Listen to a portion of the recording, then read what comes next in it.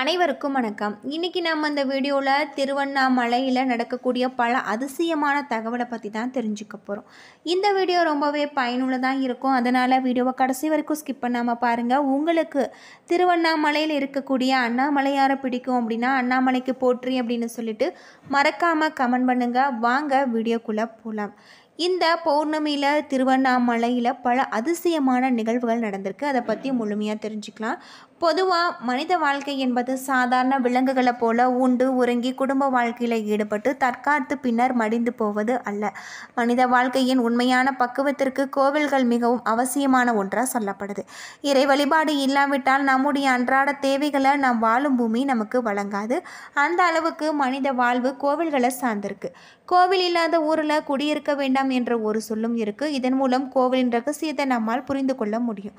பொதுவாக காசியில் இருந்தால் முக்தி, திருவாரூரில் பிறந்தால் முக்தி, சிதம்பரத்தை தரிசித்தால் முக்தி கிடைக்கும். ஆனால் நினைத்தாலே முக்தி தரக்கூடிய தலமாக தான் திருவண்ணாமலை அண்ணாமலையார் கோவில் அமைஞ்சிருக்கு.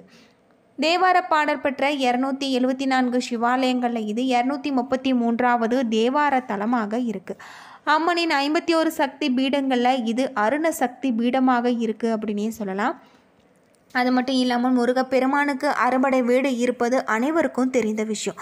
அதே போல் விநாயகருக்கு அறுபடை வீடு இருக்குது. இந்த தலத்தில் கிளை கோபுரத்தில் கீழ் இடது பக்கம் உள்ள அல்லல் போக்கும் விநாயகர் சன்னதி விநாயகரின் முதல் படை வீடாக இருக்குது.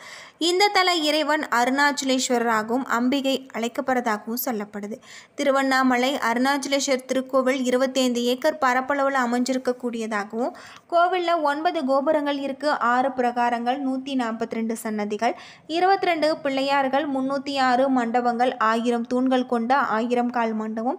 இதன் அடியில் பாதாளலிங்கம், 43 செப்பு சிலைகள், திருமண மண்டபம், அண்ணாமலையார் பாத மண்டபம் என அமைந்த கோவிலாக இருக்கு. சிவகங்கை தீர்த்தம், பிரம்ம தீர்த்தம் என 2 பெருங்குளங்கள் கோவிலின் உள்ளே அமைந்திருப்பது தனி சிறப்புக்குரிய ஒன்று. படைக்கும் கடவுளான பிரம்மாவுக்கும் காக்கும் கடவுளான விஷ்ணுவுக்கும் தங்களில் யார் உயர்ந்தவர்கள் என வாக்குவாதம் ஏற்பட்டது. இதை அறிந்த சிவபெருமான் அவர்கள் முன்பு ஜோதி வடிவில் தோன்றியிருக்காரு. அது மட்டும் இல்லாமல் அப்போது சிவன் யார் தனது அடிமுடியை கண்டு வருகிறீர்களோ அவர்களே உயர்ந்தவர்கள் என கூறியிருக்காரு. விஷ்ணு வராக அவதாரம் எடுத்து பூமிக்குள் சென்றிருக்காரு. அது போய்கொண்டே இருந்தது. திரும்பி வந்து சிவபெருமானிடம் தன்னால் கண்டறிய முடியவில்லை என்பதை ஒப்புக்கொண்டிருக்காரு. பிரம்மா அன்னப்பறவையாக உருவெடுத்து சிவபெருமானின் முடியை கண்டு வர கிளம்பியிருக்காரு. அவரால் காண முடியவில்லை. சிவபெருமானே முழு முதல் கடவுள் என்பதை உணர்ந்து கொண்டு அவரை வணங்கி நின்றிருக்காங்க. சிவபெருமானும் ஜோதி வடிவில் இருந்து ஒரு மலையாக மாறி காட்சி கொடுத்திருக்காங்க. அந்த மலைதான் கோவிலின் கோபுரத்தில் அமைஞ்சிருக்கக்கூடிய அண்ணாமலை. பின் தன் வழிபாடு செய்வதற்காக லிங்கேஸ்வரராக காட்சி கொடுத்ததாகவும் சொல்லப்படுது. இறைவன் இந்த தலத்தில் சுயம்புலிங்க திருமேனியாக நாக கிரீடம் அணிந்து தூய வெண்ணிற ஆடையுடன் அருணாச்சலேஸ்வரர் என்ற திருநாமத்துடன் தரிசிக்க வரும் பக்தர்களுக்கு அருள் புரிகிறார். கருவறையில் ஈசனின் பின்புறம் லிங்கேஸ்வரர் எழுந்தருப்பதும் இறைவன் சன்னதியை அடுத்து அம்மன் சன்னதியும் இருக்கிறதாக சொல்லப்படுது.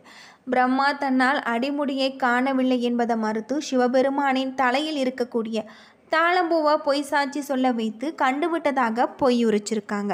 இதை அறிந்த சிவன் கோபமுற்று இனி உனக்கு பூமியில் கோவிலோ பூஜையோ கிடையாது என சாபமிட்டிருக்காங்க. அதே போல தாளம்பூவை இனி தனது பூஜையில் உன்னை பயன்படுத்த மாட்டாங்க என கூறிவிட்டிருக்காங்க. இதன் காரணமாக தான் இன்றளவுமே சிவாலயங்களில் தாளம்பூவை மட்டுமே படைக்க மாட்டாங்க. பிரம்மோற்சவம், ஆனி மாத பிரம்மோற்சவம், மாசி மக தீர்த்தவாரி, கார்த்திகை தீபம், பரணி தீபம், மகா தீபம், பங்குனி உத்திரம், திருக்கல்யாண உற்சவம் ஆகிய திருவிழாக்கள் ஆண்டுதோறும் நடைபெறும். வருடத்தில் எல்லா மாதங்களிலுமே ஏதாவது ஒரு திருவிழா இந்த தலத்தில் நடந்து கொண்டே இருப்பது தனி சிறப்புக்குரிய ஒன்று. ஒவ்வொரு மாதமும் பிரதோஷ வழிபாடு சிறப்பாக நடைபெறும். தினமும் 6 கால பூஜைகள் நடைபெறுவதாக சொல்லப்படுது. சிவன் கோவில் அனைத்துமே சிறப்பு வழிபாடு திங்கட்கிழமையாக இருக்கும். சோமவாரம், சோம பிரதர்ஷனம் போன்றவற்றின் மூலம் இந்த உண்மையை நம்மால் அறிந்து கொள்ள முடியும். ஆனால் திருவண்ணாமலை அக்னிமலை, அக்னிக்குரிய நாள் செவ்வாய்க்கிழமை, அக்னிக்குரிய கிரகம் அங்காரகன். ஆகவே இந்த தலத்தில் இந்த கோவிலில் மட்டுமே சிவபெருமானுக்கு செவ்வாய்க்கிழமை அன்று விசேஷ வழிபாடுகள் நடக்கிறதாக சொல்லப்படுது. செவ்வாய்க்கிழமை அன்று வழிபடுவோர் பிறவி பிணியில இருந்து விடுபடலாம் என புராணங்களில் சொல்லப்பட்டிருக்கு. கிளை கோபுரம் 81 அடி உயரமும், தெற்கு திருமஞ்சன கோபுரம் 157 அடி உயரமும், தெற்கு கட்டை கோபுரம் 70 அடி உயரமும், மேற்கு பேய் கோபுரம் 160 அடி உயரமும் மேற்கு கட்டை கோபுரம் 70 அடி உயரமும் கொண்டிருக்கு.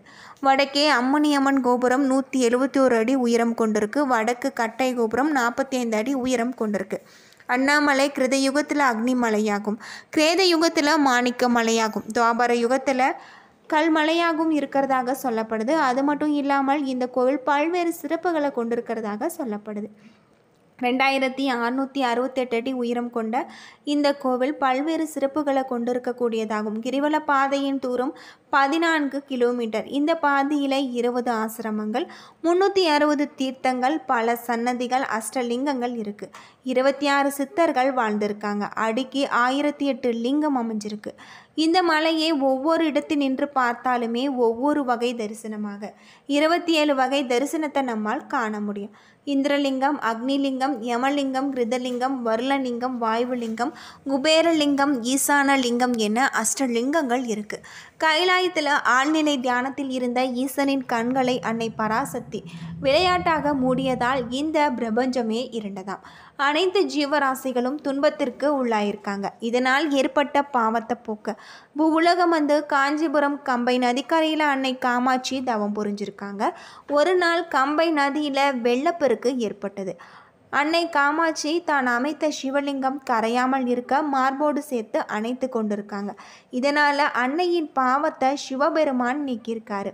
அது மட்டும் இல்லாமல் இந்த கோவிலில் ஞாயிற்றுக்கிழமைகளில் கிரிவலம் மேற்கொள்வதால் சிவலோக பதவியும், திங்கக்கிழமைகளில் இந்திர பதவி, செவ்வாய்க்கிழமைகளில் கடன் வறுமை, புதன்கிழமைகளில் கலைகளில் தேர்ச்சி முக்தி கிடைக்கும், வியாழக்கிழமைகளில் கிரிவலம் மேற்கொள்வதால் ஞானம் கிடைக்கும், வெள்ளிக்கிழமைகளில் வைகுண்ட பதவியும், சனிக்கிழமைகளில் கிரிவலம் மேற்கொள்வதால் பிறவி பிணை அகலும் அப்படின்னு சொல்லப்படுது. பொதுவாக கிரிவலத்தை தொடங்குவதற்கு முன்பு திருவண்ணாமலை கோவிலின் அருகே இருக்கக்கூடிய பூதநாராயணனை தரிசித்து அனுமதி பெற வேண்டும். பூதநாராயணன் தான் திருவண்ணாமலையின் காவல் தெய்வம். அவரை வணங்கிவிட்டு புறப்பட்டால் எந்தவித இடையூறும் இல்லாமல் கிரிவலத்தை முடிக்க முடியும் என்பது நம்பிக்கை. பின்னர் வழியில் இருக்கக்கூடிய இரட்டை பிள்ளையாரை நாம் வணங்க வேணும். அதன் பின்பு ஆலயம் சென்று அண்ணாமலையாரையும் அம்பிகையும் நாம் தரிசனம் செய்ய வேண்டும். அதன் பிறகு ராஜகோபுரத்தை வணங்கிவிட்டு மலையை வலம் வர தொடங்க வேண்டும். கிரிவல பாதையில் 8 திசைகளிலுமே ஒவ்வொரு லிங்கம் இருக்குது. கிரிவலத்தின் இந்த லிங்கங்களை வணங்கிவிட்டு தான் செல்ல வேண்டும். மலையை ஒட்டி நடக்காமல் இடது பக்கமாக நாம் செல்ல வேண்டும். நம்மோடு சித்தர்களும் நடந்து வருவாங்க என்பது சொல்லப்படுது. அவர்கள்தான் நம்முடைய மனதில் நினைப்பதை இறைவனிடம் கொண்டு சேர்ப்பாங்க என்பது ஐதீகம்.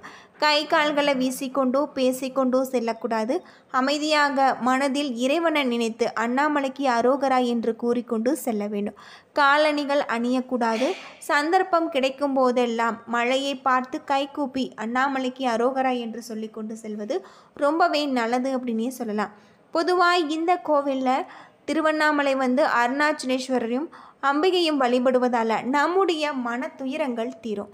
குழந்தை வரம், வியாபார விருத்தி, பதவி உயர்வு, வேலைவாய்ப்பு, சுயதொழில் வாய்ப்பு என எந்த வேண்டுதல் என்றாலும் இந்த தலம் வந்து ஈசனை வழிபட்டால் நிச்சயம் நிறைவேறும். இறைவன் அண்ணாமலையாரிடம் வேண்டிக் கொள்வோர் தங்களுடைய நேர்த்திக்கடனாக முடிக்காணிக்கை செலுத்துகிறாங்க. குழந்தை வரம் வேண்டுவோர் தொட்டில் கட்டுறாங்க. இறந்தவர்களுக்கு மோட்ச தீபம் ஏற்றப்படுது. துவாலபாரத்தில் தானியங்கள், நாணயம், பழங்கள், காய்கனிகள், வெல்லம் ஆகியவற்றை எடைக்கு எடை காணிக்கையாக செலுத்துகிறாங்க. சிறப்பு அபிஷேக ஆராதனைகளும் நடைபெறதாக சொல்லப்படுது.